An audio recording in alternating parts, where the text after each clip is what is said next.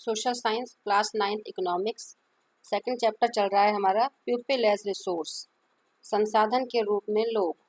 अब इसका second part है आज। In this video we are going to study about economic activities, parts of activities, division of labour, condition of women in labour market, organised and unorganised sector. इस वीडियो में हम पढ़ेंगे आर्थिक क्रियाएं, क्रियाओं के पार्ट्स, क्रियाओं के अंग या भाग, श्रम विभाजन, श्रम बाजार में महिलाओं की स्थिति और संगठित और असंगठित क्षेत्र।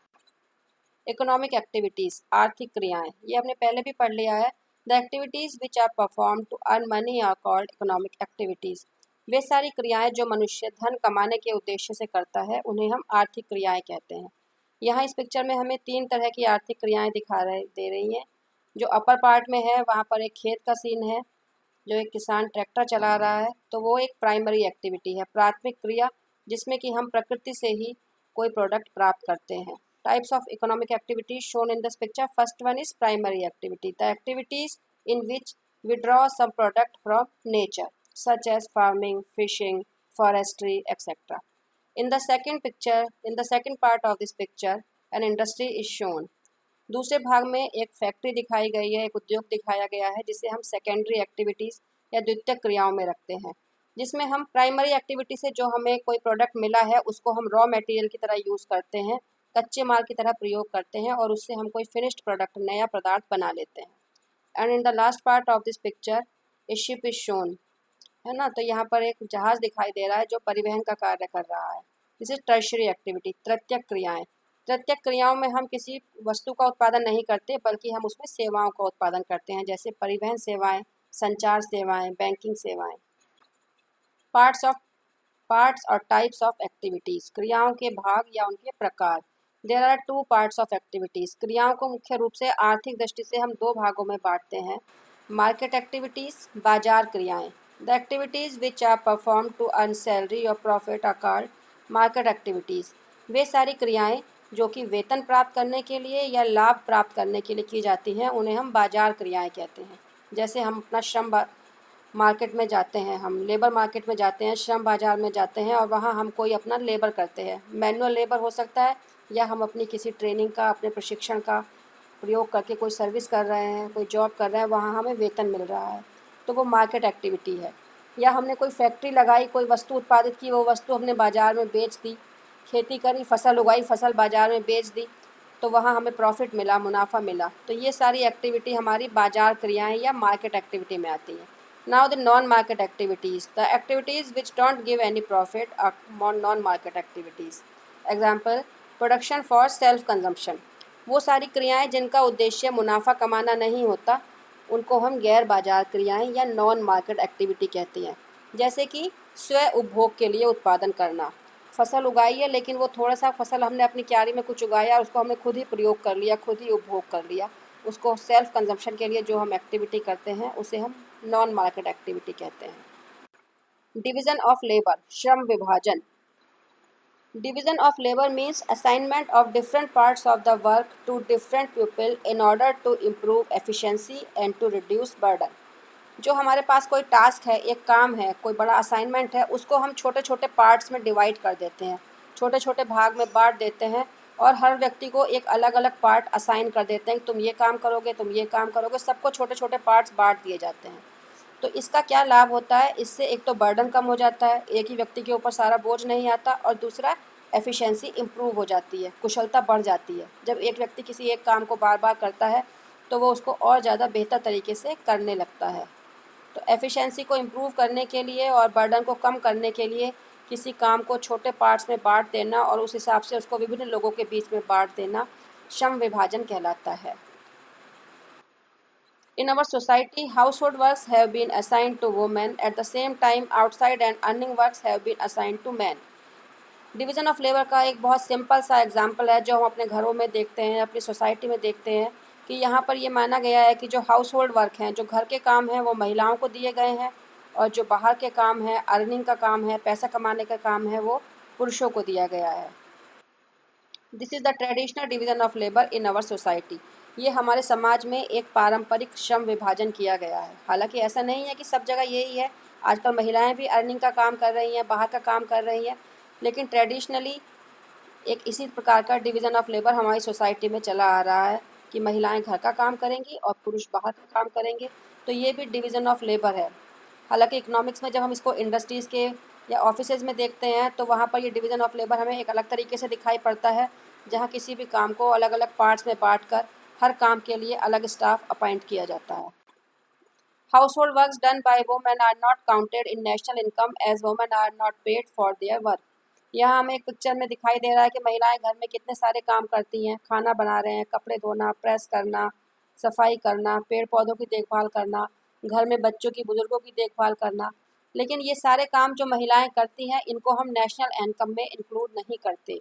ये नेशनल इनकम में, राष्ट्रीय आय में शामिल नहीं किए जाते। क्यों नहीं किए जाते? Because women are not paid for their work. क्योंकि इन सब कामों के बदले महिलाओं को कोई पैसा प्राप्त नहीं होता, कोई आय प्राप्त नहीं होती। And in national income we count only those works which are done in to earn money, जो पैसा कमाने के लिए किए जाते हैं। When women enter in labor market and work for getting payment, their work is counted in national income. अब हमें यहाँ दिख रहा है कुछ महिलाएं खेत में काम कर रही हैं, कुछ महिलाएं एक रेडीमेड कॉर्नरेट की कंपनी में सिलाई का काम कर रही हैं, कुछ महिलाएं कंप्यूटर पे काम कर रही हैं।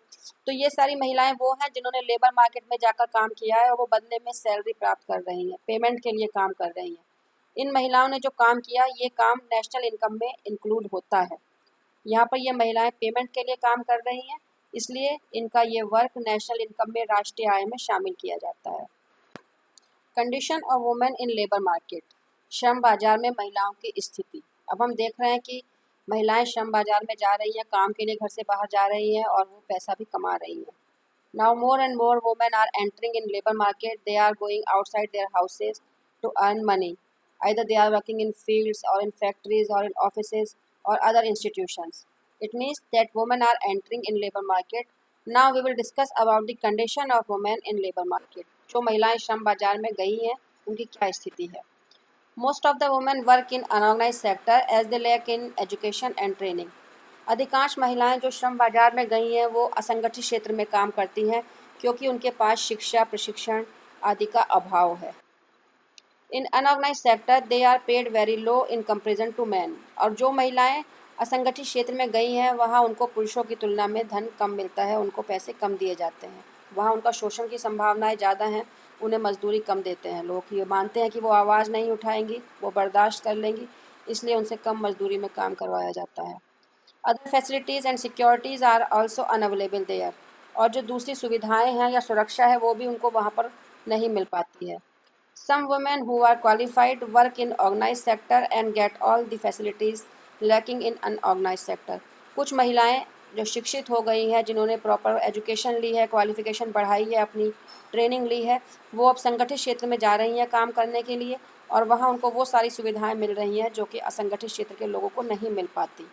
हालांकि अब संगठित क्षेत्र में काम करने वाले महिलाओं की संख्या बढ़ती जा रही है, ज़्यादा से ज़्यादा महिलाएं शिक्षा प्राप्त कर रही हैं, प्रशिक्षण ले रही हैं और अपना कैरियर बना रही हैं। लेकिन काफ़ी महिलाएं भारत में अभी भी ऐसी हैं जो कि असंगठित क्षेत्र में काम करती हैं और शोषण का शिकार होती हैं। अब ये संगठित और असंगठित क्षेत्र क्या है, इनका डिफरेंस हम समझते हैं। ऑर्गेनाइज्ड एंड अनऑर्गेनाइज्ड सेक्टर, संगठित और असंगठित क्षेत्र। First of all, organised sector, the enterprises which are registered with government come under organised sector. वे सारी संस्थाएं जिनका सरकार के पास पंजीकरण किया गया है वो संगठित क्षेत्र में आती हैं। Employment terms are fixed and regular here. यहाँ कार्य की दशाएं, कार्य के नियम जो हैं वो निश्चित हैं, नियमित हैं। Employees get assured work with so many securities and facilities here. यहाँ जो लोग काम करते हैं, काम करने वाले लोगों को यहाँ पर बहुत सारी सुविधाएं मिलती हैं और साथ साथ उनको बहुत सारी सुरक्षा भी मिलती है। जैसे यहाँ उनको निश्चित काम मिलता है कि यहाँ उनको वर्ष भर काम मिलेगा, उनकी नौकरी सुरक्षित रहेगी, कभी भी कोई उनको निकाल दे ऐसा संभव नहीं है।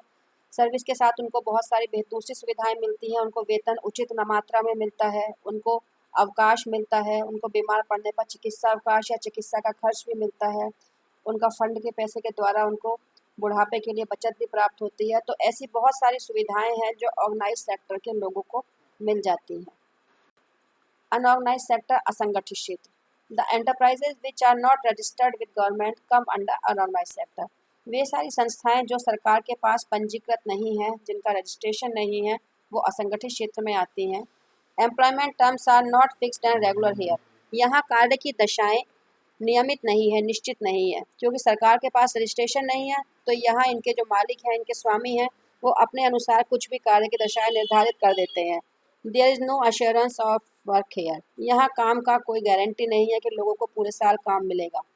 जैसे बहुत सारी फैक्ट्री ऐसी हैं जहाँ पर जब उनके पास बड़े बड़े ऑर्डर आते हैं तो वो लोगों को काम पर रख लेते हैं, और जब उनके पास कोई ऑर्डर नहीं होता तो वो काम से लोगों को निकाल देते हैं।